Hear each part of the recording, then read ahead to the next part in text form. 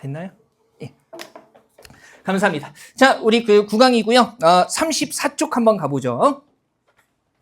그죠? 아는 문장과 이어진 문장이 구분해가지고요. 계속 이제 통사로 문장 이어지는 거예요. 방금 전에 봤던 게 우리가 안긴 문장 얘기하는 거였었고요. 여기서는 아는 문장과 이어진 문장 구분하는 건데 이게 사실은 더 큰 틀인데 뒤에 하는 이유는요. 앞에 절의 종류 구분하는 것에 비해서 자주 나오지 않습니다. 좀 쉽기도 하고 그래서 이거는 그냥 가볍게 볼 거예요. 자, 보세요. 우리 왜 문장을 이제 주어 서술어 관계가 2번 이상 나타나는 문장을 혼문장이 아니라 그때는 겹문장이라고 하는데 겹문장은요 이런 식으로 절이라는 것이 전체 문장 속에 들어간 아는 문장이라는 것이 있고요. 그러니까 전체 문장이 아는 문장이고 요 속에 들어가 있는 걸 우리가 뭐라고 부르는 거예요? 안긴 문장, 절이라고 부르는 거죠. 그죠? 그 다음에 그냥 혼문장 2개를 앞뒤로 붙여놓은 것들이 있어요. 그래서 속에 안긴 문장으로 들어가 있는 전체 문장을 우리가 아는 문장이라고 하는 거고 그 다음에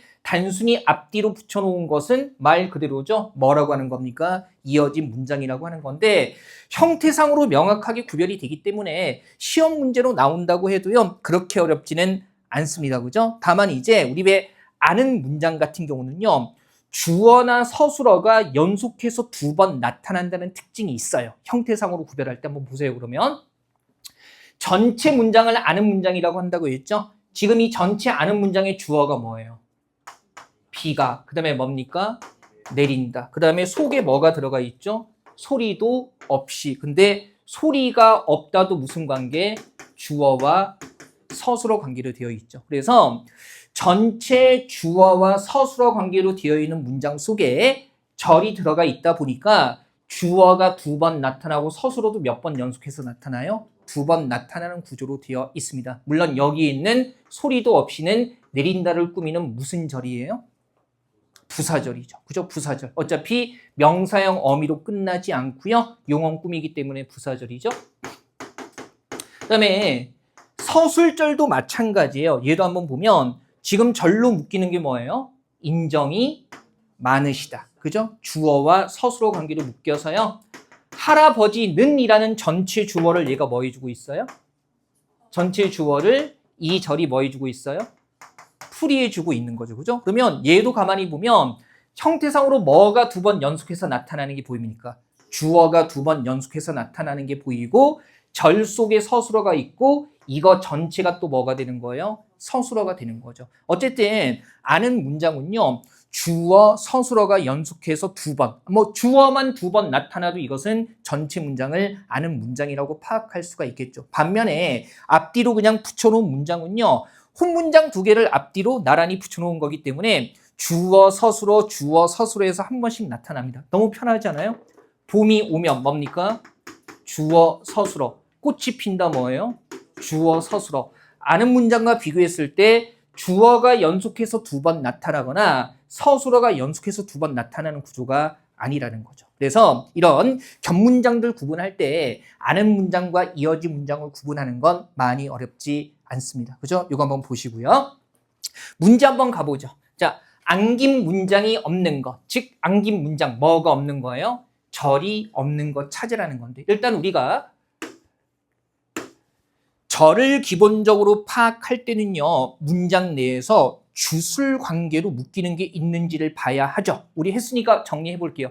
1번엔 뭐가 있어요? 동생이 시험에 합격하기. 그러면 이거 무슨 절 들어가 있는 거예요? 명사절. 기로 끝나죠? 물론 목적어 역할을 하는 명사절이고요. 네, 2번에서는요. 착한 영혼은 언제나 친구들을 잘 도와준다 해서 주어 영혼은, 착한 영혼은 서술어 잘 도와준다니까 혼문장이겠거니 하고 끝내면 안 되죠.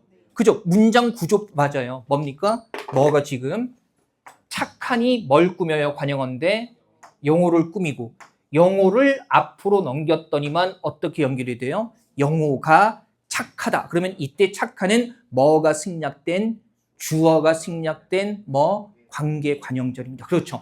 이게 이런 문제에서도 응용이 되기 때문에 이 주어가 생략된 관계 관형절은요. 특히 조심해야 돼요. 방법론적으로 우리가 점검했어요. 그죠? 문장 내 관형어가 체언을 꾸밀 때 그 체언을 앞으로 넘겨서 영어가 착하다. 주어와 서술어 관계로 연결이 되면 표면적으로 주어가 눈에 띄지 않더라도 뭐가 생략된, 주어가 생략된 관계 관형절이다. 그러면 2번 같은 경우도요. 관형절이 안겨 있는 거예요. 그죠? 잘하셨어요. 그래서 2번도 안긴 문장이 있는 거고요. 3번은 보니까요. 그죠? 혜진이는 울산에 살고 주어 서술어. 초이는 광주에 산다. 뭡니까? 주어 서술어. 얘는 주어나 서술어가 연속해서 2번 나타나는 관계가 아니네요. 그죠? 그러면 이거 뭐가 되는 겁니까? 그렇죠. 이어진 문장이죠. 그래서 3번에 안긴 문장이 없습니다. 근데 4번은요. 아버지께서는 나에게 내일 가족여행을 가자고 해서 뭡니까? 내일 가족여행을 가자고까지 아버지의 말씀을 인용한 거니까 무슨 절? 인용절 들어가 있는 거죠. 그죠? 라고나 고가 붙어서 다른 책의 글이나 아니면 다른 사람의 말을 따오는 거, 요거 인용절이라고 했습니다. 그래서 5번은 인용절이 안겨있는 문장이 되는 거죠. 괜찮죠? 한번 보시고요. 자, 그 다음에 출제 키워드 16입니다. 이제 통사론에서 끝부분인데요. 문장 단위로 완성했을 때 여러 가지 문법 요소들을 따지는 거예요. 그래서 뭐 높임법이라든가, 뭐 시제라든가, 사동, 피동, 그 다음에 부정 표현 이런 것들 따지는 건데 한국어 화자가 직관적으로 아는 그런 것들 말고요. 좀 시험에 나올 만한 문법 요소만 좀 몇 가지 포인트 정리해 보겠습니다. 이런 거 있잖아요.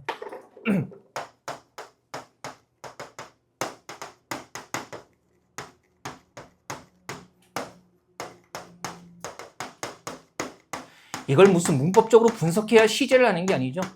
한국어 시제는 과거, 현재, 미래밖에 없거든요. 이거 시제 뭐예요? 과거. 나 어제 공연 봤어. 과거. 더 할 거 있어요? 없어요? 없죠. 나 이따 집에 가. 뭡니까?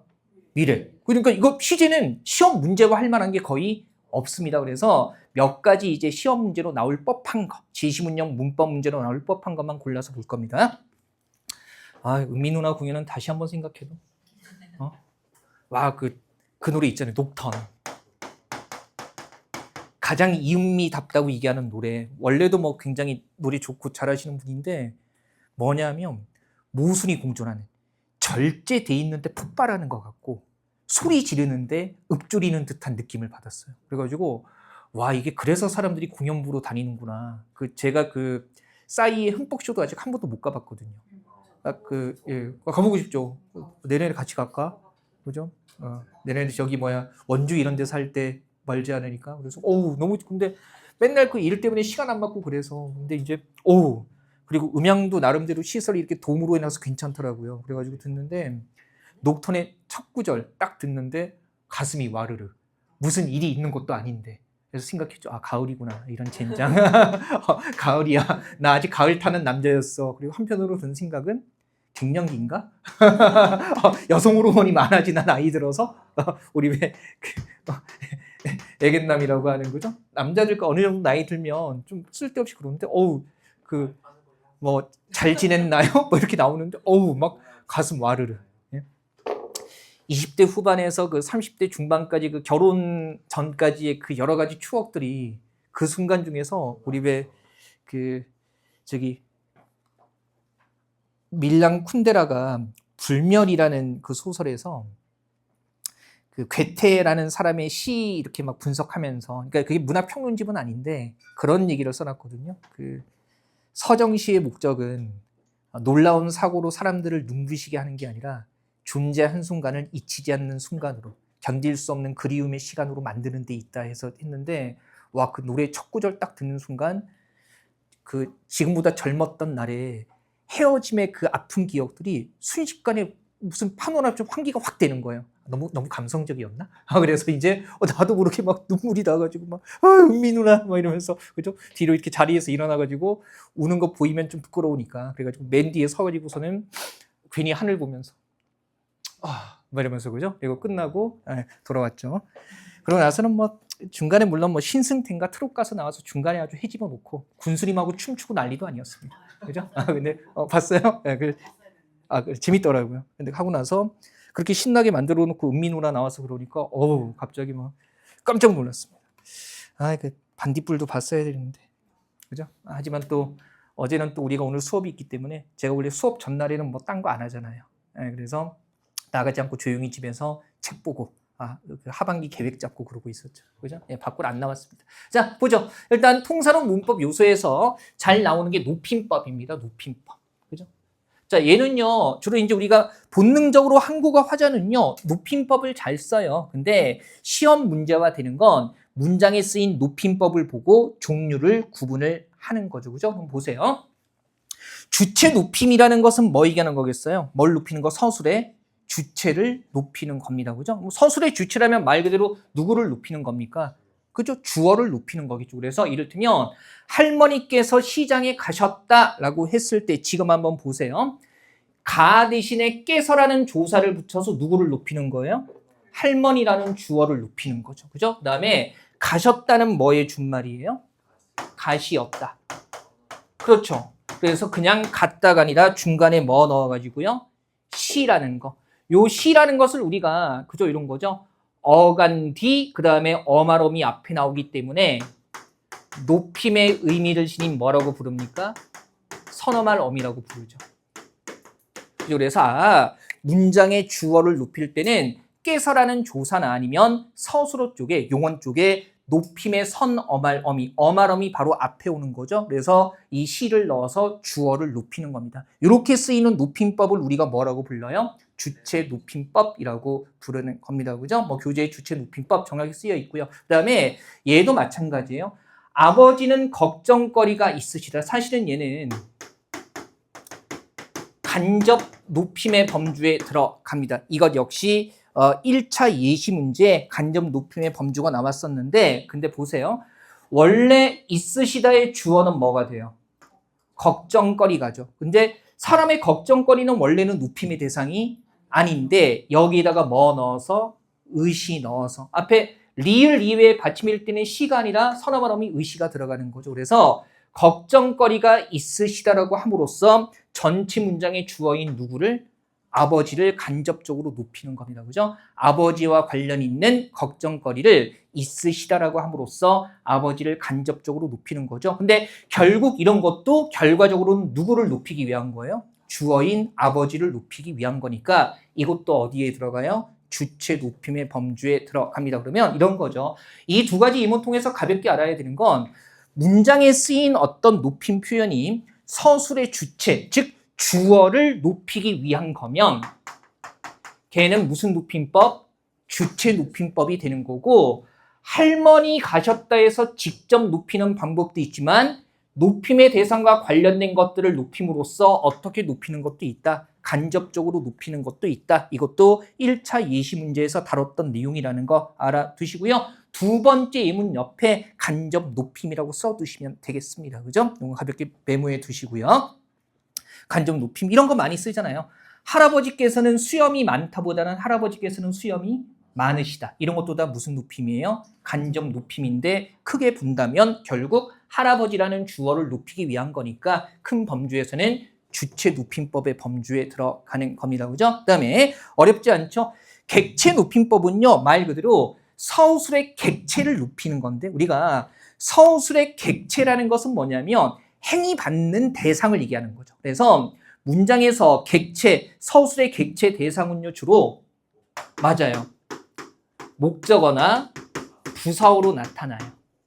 그래서 문장에 쓰인 어떤 높임 표현이 서술의 객체가 되는 즉 목적어나 부사어를 높이기 위한 거라면 그건 우리가 무슨 높임법이라고 하는 겁니까? 객체 높임법이라고 이야기를 하는 거죠. 그죠? 지금 보세요.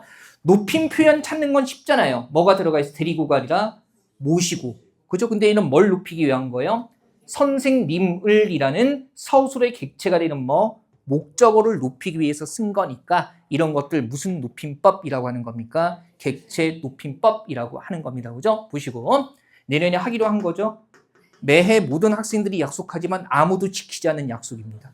그죠? 예. 올해는 남학생 한 분이 만나기는 만났는데 둘이 클럽 간 게 아니라 참치 횟집 가서 참치에 소주 마셨습니다. 그게 더 좋다고요? 나는 여기가 좋다고. 왜 내 의사는 반영을 안 해줍니까? 나는 여기 가고 싶다고 근데 전화 와서 만나자고 해서 야 드디어 클럽 가는 거야 그랬더니 선생님 참치나 드시죠? 그래가지고 예 참치 정말 만나서 되게 두근두근 했거든요. 그죠? 그러고 나서 또 연락이 왔는데 이번엔 남자 4명이 보였어요. 나한테 연락이 온 거예요. 근데 나 여기 수업이 있는 날 모인다는 거야. 그래서 너희 넷이 모여서 뭐 할 건데? 저희 오늘 클럽 갑니다. 선생님. 이 미친놈들아. 그러면 날짜를 잘 잡았어야지. 너네가 날짜 정해놓고 나한테 얘기를 하면 내가 어떻게 같이 가냐고. 너희 솔직히 이게 같이 가고 싶지 않았던 거지. 그랬더니 뭐 사실 그런 면도 있고요. 라고 얘기하면서 그죠? 뭐 당연히 그렇죠. 뭐 20대 중후반, 30대 초반의 청년들과 제가 같이 클럽에 갈 수 있겠습니까? 그죠? 여러분만은 이뤄 주실 거라 믿습니다. 늘 얘기했잖아. 캐리어에 넣어가도 된다고. 그죠? 넣어가서 안에다 풀어만 달라고. 예? 화장실에서 풀어주면 알아서 이렇게 둘러보고 잘 나갈 테니까. 그죠? 예. 여러분들은 믿어볼게요. 어쨌든 목적어를 높이게 한 거고요. 그 다음에 그녀는 매달 할머니께 드린다. 높임 표현은 에게의 높임 조사인 깨와 드린다인데 주다가 아니라. 근데 이게 누구 높인 거예요? 할머니께라는 행위 받는 객체. 즉 뭡니까? 부사어를 높이기 위한 거니까 이거 무슨 높임법이요? 객체 높임법이 되는 겁니다. 그 다음에 상대 높임법은요. 말 그대로 누구? 듣는 사람, 즉 청자를 높이기 위한 방법이에요.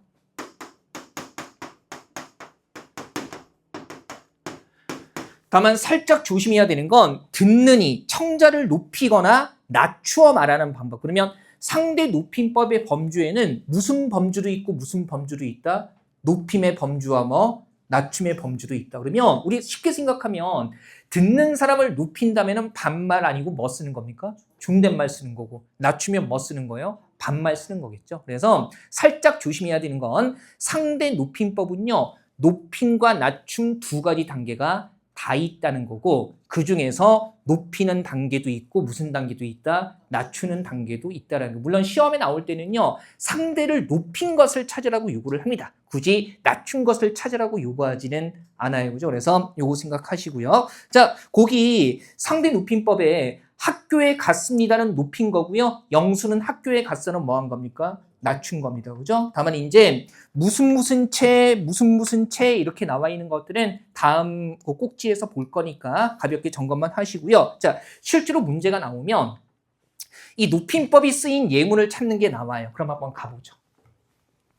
자, 우리 높임법에 쓰인 종류 파악할 때는요. 그죠? 그 높임 표현을 왜 썼는가에 초점을 맞춰야 돼요. 그래서 높임 표현이 확인되는데 주체를 높이기 위해서 썼다면, 그죠? 주체 때문에 썼다면 주체 높임, 목적어나 부사어를 높이기 위해서 썼다면 객체 높임, 존댓말 썼다면 상대를 높인 거죠. 그죠? 그거 생각해야 돼요. 자, 지금 보니까 국어의 높임법에는 설명 다 충분히 나와 있죠. 듣는 이에 대해서 높이거나 낮추어 말하는 상대 높임법, 주체를 높이는 주체 높임법, 객체를 높이는 객체 높임법. 근데 한 문장에서 복합적으로 실현되기도 하는데 지금 여기에서 요구하는 건 상대와 주체와 객체를 모두 높임 표현을 찾으라고 요구를 하고 있네요. 그죠? 그러면 셋 다 그거 점검해야 되는 거네요. 상대, 주체, 객체 다 써볼게요. 물론 답은 금방 보입니다. 기본적으로 상대를 높이려면 뭐 써야 돼요? 존댓말 써야 되죠. 근데 1번에서는 뭡니까? 들어가셨다. 반말이니까 1차적으로 뭘 안 쓴 거예요? 상대 높임법 안 쓴 거예요. 그래서 답은 걸러낼 수 있는데 다만 이런 거죠. 높임 표현 찾아보면 여기서 일단 이게 나와 있죠. 깨서와 그 다음에 들어가셨다에 뭐가 들어가 있어요? 시가 들어가 있어요. 그러면 얘는 뭘 쓴 거예요? 아버지라는 누구? 주어를 높이기 위한 거니까 무슨 높임은 드러나요? 주체 높임은 드러납니다. 그죠? 그 다음에 지금 또 높임 표현 있나요? 예, 모시고라는 거. 그 다음에 댁이라는 것도 높임 표현이기는 해요. 근데 이 모시고나 댁 같은 경우는 누구 때문에 쓴 거예요? 할머니 때문에 쓴 거죠. 할머니는 뭡니까? 를 붙었으니까 목적어. 그죠? 그러면 목적어를 높이기 위한 것들은 무슨 높임? 객체 높임이 되는 겁니다. 그죠? 요거 확인할 수 있을 거고요. 그 다음에 2번 보죠. 제가 어머니께 그렇게 말씀을 드리면 될까요? 라고 해가지고요. 지금 나왔네. 그죠? 될까요? 반말, 존댓말이니까 상대를 높인 거고요. 그 다음에 주체 높임은 여기에 없습니다. 그죠? 주어가 뭐예요? 그죠? 제가의 전대. 우리가 내가 나를 높이는 경우는 없기 때문에, 그죠? 그죠? 그래서 주체 높임 없어서 걸러낼 수는 있고요. 그 다음에 높임 표현 찾아보면 뭐가 있나요? 깨. 그 다음에 말씀을 뭐 한다? 드리다라는 거. 요때 말씀은 높임이 아니라 내가 하는 말이니까 자기의 말을 낮춘 거죠. 그죠? 그래서 이거는 낮춤의 단계고, 어머니께 말씀을 드리다 그러면 어머니께라는 부사어를 높이기 위해서 깨 드리다 그런 거니까. 그럼 뭐가 되는 겁니까? 무슨 높임? 객체 높임은 확인이 되는 겁니다. 요렇게. 그죠? 그 다음에 3번 보면 일단 서술로 보면 하셨습니다. 그래서 존댓말 쓰고 있잖아요. 그래서 뭡니까? 상대 높임법 드러나는 거고, 그 다음에 지금 보니까요. 그죠? 어머니께서, 그 다음에 김치를 드리라고 하시었습니다. 여기에 시가 들어가 있네요. 그러면 께서와 시를 통해서 어머니라는 주체를 높이고 있으니까 뭐가 나타나요? 주체 높임 나타나고요. 그 다음에 객체 높임 있나요? 아주머니께 주다가 아니라 뭐 드리다. 그러면 아주머니라는 서술의 객체, 즉 부사어를 높이기 위해서 깨와 드리다를 쓰고 있으니까 뭐가 드러나는 겁니까? 객체 높임 드러나는 거죠. 그죠? 그 다음에 뭐 정답은 3번이라는 게 확인이 되고요. 그러니까 하나씩 찾으라고 하면 너무나 쉬운 문제인데 3개 복합적으로 쓰인 거 찾으라고 하면 다소 난도가 좀 있죠. 그 다음에 4번은요. 바랍니다라고 존댓말 쓰고 있으니까 무슨 높임입니까? 상대 높임 쓰인 거고요. 그 다음에 지금 보면 주민 여러분께서, 그 다음에 이야기의 귀를 기울여 주시 그랬으니까 얘는 주어를 높이기 위한 무슨 높임? 주체 높임 맞아요. 다만 여기에서는 뭐가 나타나지 않나요? 객체 높임, 즉 그죠? 서술의 객체, 목적어나 부사어를 높이는 게 드러나지 않습니다. 그죠? 그래서 높임법이 나오면 이렇게 직접 높임과 간접 높임을 구분하는 거나 아까 우리가 예문으로 받고 1차 예시 문제로 나왔었다고 했죠. 아니면 이렇게 기본적인 높임법의 정의를 설명해 준 다음에 실제 한국어 대화를 보면 이런 높임법이 복합적으로 나타나는 경우가 상당히 많기 때문에 이런 높임법을 다 확인할 수 있는 문장을 찾는 거. 다만 이제 기본만 익히면 얘는 어렵지 않게 접근할 수 있을 겁니다. 그죠? 한번 보시고요. 자, 통사는 거의 다 왔습니다. 17은요. 이 상대 높임법 관련해가지고요. 그죠? 쓰인 종결 어미 쪽 보고. 어차피 대화의 상대방, 듣는 이, 청자를 높일 때 반말 쓰느냐, 존댓말 쓰느냐 하는 것은요. 문장의 서술어, 맨 끝, 종결 어미로 드러나는 건데 종결 어미의 형태를 보고 나서 이제 높임의 단계를 잡는 겁니다. 다만 여기서는요. 이 표에 들어가는 거 다 외울 필요는 없어요. 외울 필요는 없고 다만 기본적으로 격식체와 비격식체라는 용어, 그 다음에 높임의 단계 기준 정도만 알아두시면 되겠습니다. 그죠? 실제로 이게 학교, 고등학교 언어 시험에 나오는 형태를 보면, 그러니까 이런 개념들은 기본적으로 알고 있다는 전제하에 어떤 종결 어미가 쓰이는가는 표로 다 줍니다. 그래서 우리가 외울 필요는 없어요. 그래서 부담 갖지 마시고 다만 격식체와 비격식체가 어떤 의미인가, 그 다음에 높임의 단계를 어떻게 구분하는가라는 기본 틀만 알아두시면 되겠습니다. 그죠? 그래서 일단 격식체는요, 의례적인 용법, 그러니까 예의와 격식을 차리는 용법으로 쓰는 거고요. 소위 군대에서 쓰는 뭡니까? 다나 까 이런 것들이 이제 격식체가 되는 거죠. 여러분들 면접 볼 때도 나중에 다나 까로 써야 될 겁니다. 그죠? 뭐 관심이 있어서 지원했어요. 이러진 않잖아요. 그죠? 뭐뭐 했습니다. 그죠? 뭐뭐 했습니까? 이렇게 쓰는 거죠. 그래서 이게 의례주 용법이고요. 당연히 심리적인 거리감을 나타내는 의미도 있습니다. 그죠? 다나 까체가 딱딱한 말투잖아요. 그래서 그 다정한 사이에서는 해체나 해요체를 쓰지 뭐뭐 했습니다. 뭐뭐 했습니까? 그러지는 않거든요. 우리 만나면 보통 여러분들 저한테 안녕하세요 그러지 안녕하십니까 그러진 않거든요. 왜 그래요? 심리적으로 가깝기 때문에 그런 거죠. 가까운 거 맞아요? 그죠? 네, 맞죠? 그죠? 그래서 안녕하십니까 보다는 안녕하세요, 뭐 잘 가요 이런 식으로 쓴다고요. 식사했어요 이렇게. 그죠? 그래서 격식체를 쓰지 않는 건 우리가 심리적인 거리감이 멀지 않기 때문이라는 거 보고 생각하면 되는 거죠. 그런 거 많이 하잖아요. 몇 번 말씀드린 것 같은데 저 2학년 때 신입생들 여자 후배를 우르르 들어왔는데 좀 이렇게 귀여운 후배 있어가지고 막 둘이 밥도 먹고 하다가 소문이 좀 난 거죠. 기태 선배랑 썸 탄다고 소문이 났는데 그 여자 후배가 어느 날 갑자기 기태 오빠 밥 먹었어요? 막 이러다가 선배님 식사하셨습니까? 남들 보는데, 그죠? 너와 나의 썸을 말끝부터 부정해 주마. 그죠? 너희들 들어라. 우리는 이렇게 격식체를 쓰는 사이다. 기태 선배와 썸 탄다는 얘기는 어디 가서 절대로 하지 마라 해서 그 여자 후배가 과감하게 말투를 통해서 심리적인 거리감을 나타낸 겁니다. 그죠? 또 옛날 기억이. 꼭 그래야만 했을까요? 안 보면 되잖아. 내가 쫓아다니는 것도 아니고. 그죠? 그때 뭐 삐삐 세대여서 전화를 자주 하고 그럴 수 있던 시대도 아니었었거든요. 그죠? 학년도 다르고 그래서 막 같은 교실에 있을 리도 없고. 아니, 저기 밥 사달라고 쫄래쫄래 할 때는 언제고, 단아 까치로 해서 사람을 그렇게. 그것 때문에 제 그 동기들이 몇 번이나 놀려 먹었었거든요. 야, 누가 찾아와서 기태한테 식사하셨습니까? 란다. 야, 이러면서 그죠? 만날 때마다. 그래서 친구를 모두 와서, 남자들은 원래 21살, 2살도 유치합니다. 그래서 친구를 와서, 기태야, 밥 먹으러 가자. 이게 아니라, 기태야, 식사하셨습니까? 말하면서 그죠? 옆에 와가지고, 나쁜 새끼들. 그 친구들 중에 한 명을 내일 만납니다. 1년에 한 2번 만나는데, 군대 가기 전까지 계속 놀렸던 그 친구를 내일 만나기는 합니다. 설 연휴 즈음하고 추석 연휴 즈음 때 친한 친구를 딱 1년에 2번 만나거든요. 시간 맞는 때가 그때밖에 없어가지고. 근데 만나면 내파투리 뻔해요. 서로가 알고 있는 그 뭐랄까, 불멸의 기억들. 불멸의 기억이라 하면 아름다운 기억이 아니라 처참하고 초라하고 치욕스러운 그 불멸의 기억들을 하나씩 꺼내는데, 또 내일 각오해야 됩니다. 그죠? 이 친구가 말빨이 세가지고 놀리면은 내가 뭐 어떻게 할 수가 없어요. 벌써 20년이나 넘은 얘기인데. 그래서 어쨌든 격식체는 그런 거고요. 단계가 크게 4개입니다. 표 때문에 아주 높임, 예사 높임, 예사 낮춤, 아주 낮춤의 단계가 있고요. 거기서 무슨 체라고 하는 것들은 우리 왜 국어 용언 중에서 하다가 폭넓게 쓰이기 때문에 하다를 대표로 해가지고요.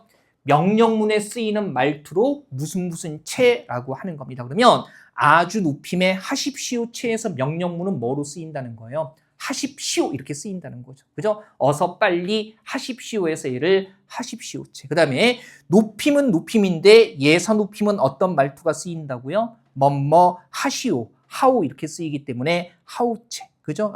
용어의 뜻만 알아두시면 돼요. 그 다음에 예사 낮춤은 이건 흔히 장모님이 사위한테 쓰는 듯한 말투죠. 그래서 명령문으로 쓰면 어서 이 일을 하게, 어서 여기에 앉게 이렇게 쓰기 때문에 무슨 채, 하게채 이렇게 쓰게 되는 거고요.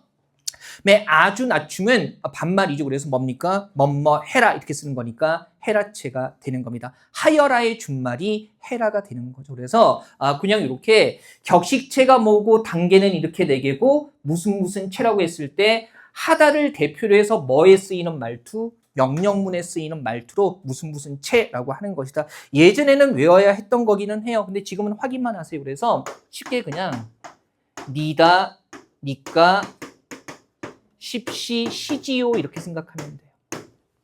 그죠? 그래서 말 끝이 종결어미가 니다, 니까, 십시, 시지요로 끝나면 하십시오 체입니다. 어렵지는 않죠? 가다 가지고 해보면 갑니다, 갑니까, 가십시오, 가시지요. 물론 가십시다 청유문도 쓰이고요. 다만 이게 생각해 보세요.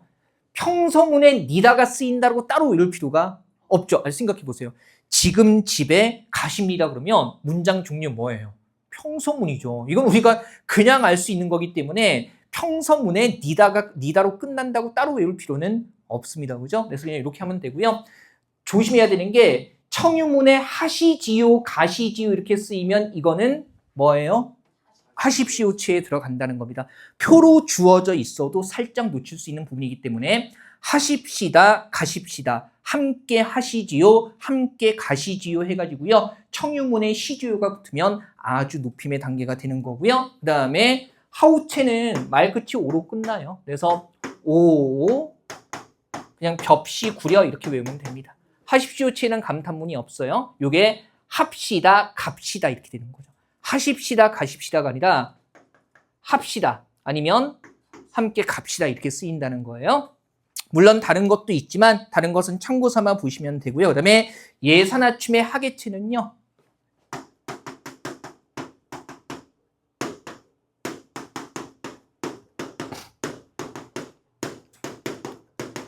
그냥 이제 욕 같은 느낌으로 쓰이죠. 그래서 냄새 나는가 개새구먼 이렇게 그죠? 뭔가 냄새가 나서 욕하는 느낌 같기는 한데 어떻게 끝나는 거냐면 이런 거예요.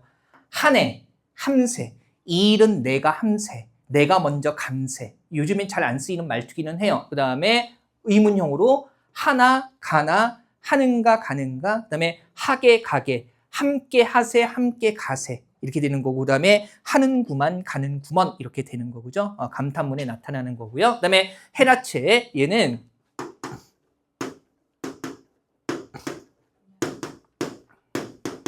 자, 외울 필요는 없고요. 형태만 잘 확인해 주시면 돼요. 다냐니라 자는구나 이렇게 하시면 됩니다. 그죠? 다냐니라 자는구나 해가지고요. 어미가 이렇게 끝나면 다 아주 낮춤의 헤라체가 된다는 거, 이런 거. 한다 간다. 하냐 가냐 하니 가니 그 다음에 해라 가라 가자 하자 하는구나 가는구나 이렇게 쓰인다는 겁니다. 자, 시험에 나오면 표로 종결 어미를 주니까요. 요 부분만 살짝 주의하시면 된다고 했죠. 청유문에 쓰이는 시주요는 하십시오체가 된다라는 거. 단연이라는 제가 키우는 애완 거북이 이름이고요. 그죠? 이제 벌써 강의 시작하면서 강의, 공무원 강의 중반 때부터 벌써 해서 이제는 이만해요. 거기 갓 태어나자마자 데리고 왔는데 잘 자라고 있어가지고 이만해서 그 밥도 많이 먹고 별로 안 돌봐주고 씩씩하게 약간의 정서 반응합니다. 배고플 때 그 거북이 장에 붙어서 계속 이렇게 손을 저면서 계속 뭔가를 이렇게 바라봐요. 그죠? 먹이 달라고. 그러니까 이제는 그 오랜 세월이 흐르니까 밥 주는 사람이라는 인식은 있는 것 같습니다. 그래서 밥 주고 얘가 나보다 확실히 오래 살 겁니다. 평균 수명 45년이니까. 그죠? 저 죽고 난 다음이 걱정이에요. 얘 밥은 누가 주나? 그죠? 우리 아들이 주겠죠. 뭐 대를 이어서. 그래서 그 거북이 이름이 단연이라고 주로 하는 일이 자는 겁니다. 그러니까 먹이 달라고 할 때만 잠깐 계속 창에 붙어서 막 이렇게 하고 평상시에는 예전에 유튜브 라이브 할 때 단연이랑 한번 보여줬는데 예, 우리 공무원 핵심 정리 강의 제가 한두 번씩 라이브로 하는데 그때 단연이랑 데리고 와서 애호박 썰어주고 애호박 먹는 쇼 한번 했습니다. 그죠? 그래서 어딘가 있을 텐데 어떤 라이브에서 찍었는지 모르겠어요. 기억이 안 나는데 근데 애호박 이렇게 먹는 거 그죠? 나름의 먹방이죠, 먹방. 그죠? 거북이 먹방. 그래 한번 내가 근데 얘가 한번 데리고 오고 싶은데 장거리 이동하면 스트레스를 너무 많이 받아요 얘네들. 그래가지고 그 내가 귀여워서 보여주고 싶다고 애한테 스트레스 줄 수가 없어서 그래서 최대한 이렇게 동선을 그 좁은 영역에서 해주는 게 좋더라고요. 그래서 뭐 산책도 집에서 하고 하기는 하는데 거실에 놔두면 이렇게 거실 이렇게 산책이에요. 그래서 그 수의사 선생님이 산책 안 시키면 스트레스 받아서 소화불량 걸리니까 주기적으로 뭘 거북이가 산책을. 나 진짜 어쨌든 그래도 산책도 해주고 있습니다. 어쨌든 단연이라 자는구나는 헤라체가 되는 거고요. 비격식체 어렵지 않아요. 얘는요 격식을 덜 차리는 표현, 그래서 정감과 친근감을 나타내는 거죠. 그러면 주로 이제 우리 말 끝이 뭐가 끝나요? 요로 끝나죠. 그래서 얘는 다 해요체는요, 그죠? 그죠? 다 뭐로 끝나요? 요로 끝납니다. 그래서 이를테면 가요, 가세요, 가셔요 이렇게 되는 거. 안녕하세요도 요거 해요체가 되는 거. 그러면 두루나춤의 해체라는 건 뭐냐? 우리 왜 해가 이런 거죠. 하다의 하에다가 아라는 어미가 붙으면 하여가 되는 거고, 그 다음에 이게 줄면은 뭐가 돼요? 해가 되는 거거든요. 그래서 종결어미 뭐가 붙으면 아나 어 같은 게 붙으면 해체가 되는 겁니다. 물론 하나 더 붙으면 지 같은 거. 그래서 해, 하지, 가다 가지고 해보면 가, 가지, 먹다 가지고 해보면 먹어, 먹지 이렇게 되는 겁니다. 그래서 요 아니면 아우지 이렇게 되는 거니까 요, 아, 어지 이렇게 되는 거니까 파악하기 어렵지는 않을 거고요. 다만 해오체가 다 요로 끝나다 보니까 제가 아까 격식체에서 주의하라고 말씀드린 거 있죠? 뭐 있었습니까? 가시지요. 그죠? 하시지요, 가시지요. 자, 그냥 요가 아니라 시지요로 끝나는 청유문은 해요체가 아니라 뭐다? 하십시오체. 요것만 좀 주의하세요. 딴 거는 다 외우지 않아도 되는데 요거 하나는 주의해서 기억해 두시고요. 그러니까 기본적인 구분의 틀 하고요. 시지요가 붙었을 때 청유문의 시지요는 아주 높임의 하십시오체, 격식체의 범주에 들어간다는 거 그 정도만 알아두시면 됩니다. 여기 나오는 문제 1번은요. 위에 있는 표 보고 하시면 돼요. 그러면 1, 2, 3, 4번 비교해보면 표 보고 했습니까? 그죠? 우리 4번에 지능구려만 5, 벽시 구려 해가지고요. 예사 높임의 하우체고요. 여기 능가, 내, 그 다음에 새 같은 경우는 냄새 나는가, 개새, 구만에 다 뭡니까? 예, 예사, 낮춤의 하계체가 되는 겁니다. 그래서 이건 표 보고 점검할 수 있으면 되겠습니다. 그죠? 1, 2, 3번은 하계체. 4번은 예, 하우체 이렇게 생각하시면 되겠습니다. 어렵지는 않죠. 그죠? 이거 한번 확인하시고요. 자, 이렇게 해서 문법 요소 쭉 보고 있는데요. 뒤쪽에 피동, 사동 남아 있습니다. 요건 잠깐 숨 좀 돌렸다가 마저 이어서 볼게요. 오늘 맞춤법도 일부 들어갑니다. 그죠? 예, 10분 쉬죠.